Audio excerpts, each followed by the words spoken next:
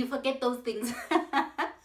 Hey guys, and welcome back to my channel. My name is Ayanda Mzazwani and I'm glad that you're here with me today. Guys, today is the second part of my birth story, right? This title is so long. The title of this video is My Public Hospital Birth Failed Induced. Oh guys, it's so long, but yeah, it's right there. Yeah guys, so as you know, I gave birth in a public hospital. um I had to be induced because I was overdue, and I was overdue by only a couple of days. But guys, the way I couldn't deal, I was just like, guys, please get this child out of me. I can't be pregnant anymore. Get it out. So yeah, I went to the hospital, and I was just like, guys, yeah, hey, wow, I've been pregnant.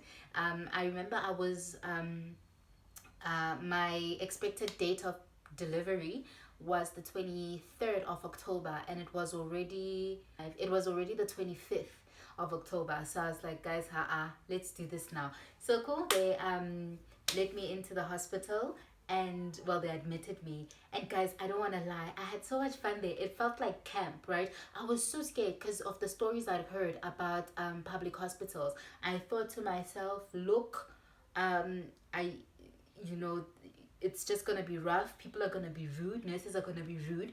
I needed to know my story. So guys, yeah, cool. Second part, I remember, so in the first part, I tell you guys, how I got in there, and I was induced on the Monday night, and the induction failed, nothing happened, and the lady I was induced at the same time with, went into, labor immediately, and how everyone I came in there with had their baby already. And I remember that it was the Thursday night, when I decided, you know what, I'm over this, because everyone I came with here has their baby. My baby doesn't want to come out. Everyone is out here asking me, have you given birth yet?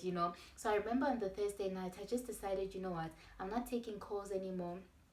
I remember telling my cousin, Uguti, please talk to people on my behalf. I don't want to be talking to people anymore because I don't want to be answering the same questions anymore. On that Thursday night, guys, I'd really given up. I remember I thought to myself, you know what? I'm going to wake up in the morning and ask for cesarean. So I went to bed that night, and I remember to myself, Oprah says, it's a surrender. So I surrendered. I was like, you know what, Mudimu, everything is in your hands. Let things happen, the way you want them to happen. The baby's heartbeat is fine. The baby, he's still okay, and he still responds the way he'd been responding when I played with him. So I was like, you know what, the baby's safe, it's fine, let me sleep, right? I remember sleeping. Oh guys, I had the best sleep for about 3 hours, right? And then at 1 a.m, boom, my water broke right there and then. I went to the nurses, guys. I was so, look, I'd been in that hospital for such a long time. They knew me, right? They even had a nickname for me. They called me Famous because my nightie had Famous on it. So I went in there, and they're just like, yo, she's Famous. And I was like, guys, my water broke. Okay. And they're like, okay, cool. So one nurse stands up with me, and comes to, check it out, right? And check me out. And she's like, okay, you are only 4 centimeters dilated. So yeah, you can chill. You still have a way to go. So I'm thinking to myself, you know what? I don't care what she says. I'm popping this baby out soon, right? So I go to the loo. I remember I hadn't had any contractions yet. So I go to the loo. When I get to the loo, guys, there was a man in the hospital. A man had broken into the hospital. But guys, that's another story for another day. Anyway, so I went into the cubicle, and then that's when I heard the commotion of the man in the thing in the bathroom. So there was another lady who I was in the bathroom with, who would become very close because we'd been there forever. So she tells me, "And that there's a man in here." So me being me, I want to get out, and I want to go help her. Guys, that pain said, my baby girl, what you are doing right now is that you are sitting on this toilet seat and you are letting this contraction pass. Yo, guys, look, when you have real contractions, there are contractions. You know that it's a real contraction when you can't smile through it, when you can't move through it. Okay, that contraction said, baby girl, relax. Right, so cool. I relaxed, and as soon as that contraction was over, I got up, right? And when I got up, she says no. He literally just went in. He came in through the shower and then just went out through the door. So I'm thinking, yo, okay. I come out with him, and then we alert the nurses. Guti, no, there's someone in here. Something, some guy is in here. Only to find Guti, he went into one of the wards. It's not a ward. Into one of the rooms. And climbed into bed with a pregnant woman, right? And started grabbing her breasts and stuff like that. Guys, imagine. And I'm thinking to myself, yes, if I hadn't gone to the bathroom, he could have gone into my room, because I'm literally the first bed there. Like, it's the first room and the first bed, right? He was literally gonna go there to me. So thank God, but ish askis to the other lady. So cool. The lady came out, she jumped out of the bed, came out of the room, and then started screaming. And she says, good to know, a man just came in here and was grabbing on her. So cool. We closed the door so the man can't come out. But now the lady has a roommate, so the man is in there with the roommate. So we have to open the door. So we're thinking, oh snap, okay. So we make a noise, right, to alert the staff. Guys, come. We're about to open this door. This guy is gonna come out. We open this door. The guy comes charging out. Security's already inside, right? Security grabs this guy. They tackle him, guys, and they're just like, Wena, how did you get in here? So I really wanted to, see the rest of that movie. But the second contraction was like, baby girl, no, go to your room, go. Right? Guys, so I went to the room slowly but surely, because I was like, hey, nah, it's time. So cool. Guys, contractions. Hey, woo, hey, right? Guys, it was so crazy. But the crazy thing is that I realized, I was going through the most, right? Since 1 a.m. to about 6 a.m. I was going through so much. But I remember I was bouncing on the ball. That at some point I was like, I can't do this.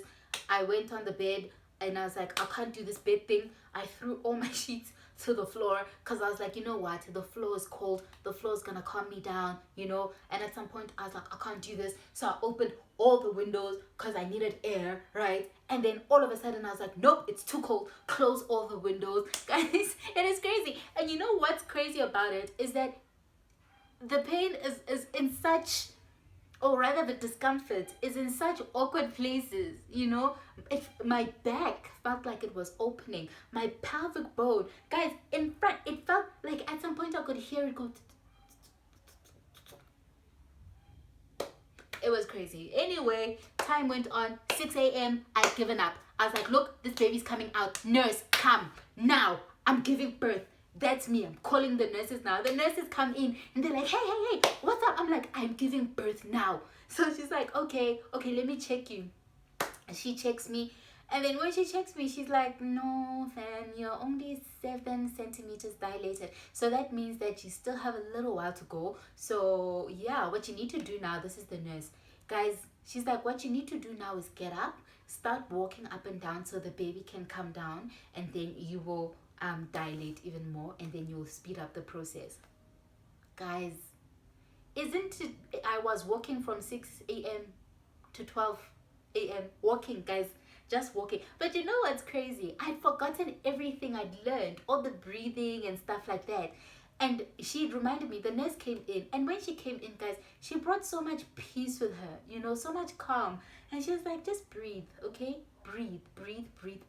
And if you feel like the baby's about to come, let us know, but just breathe, right? So I did that, and I kept breathing.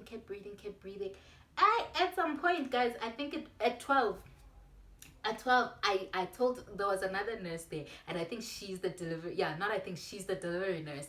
So I told her, I was like, hey, I'm giving birth now, right? So she's like, okay, cool, let's go check, right? So she checks me and she's like, no, you're only 8 centimeters dilated. I'm like, what? From 6 to 12? That's all? Like, no,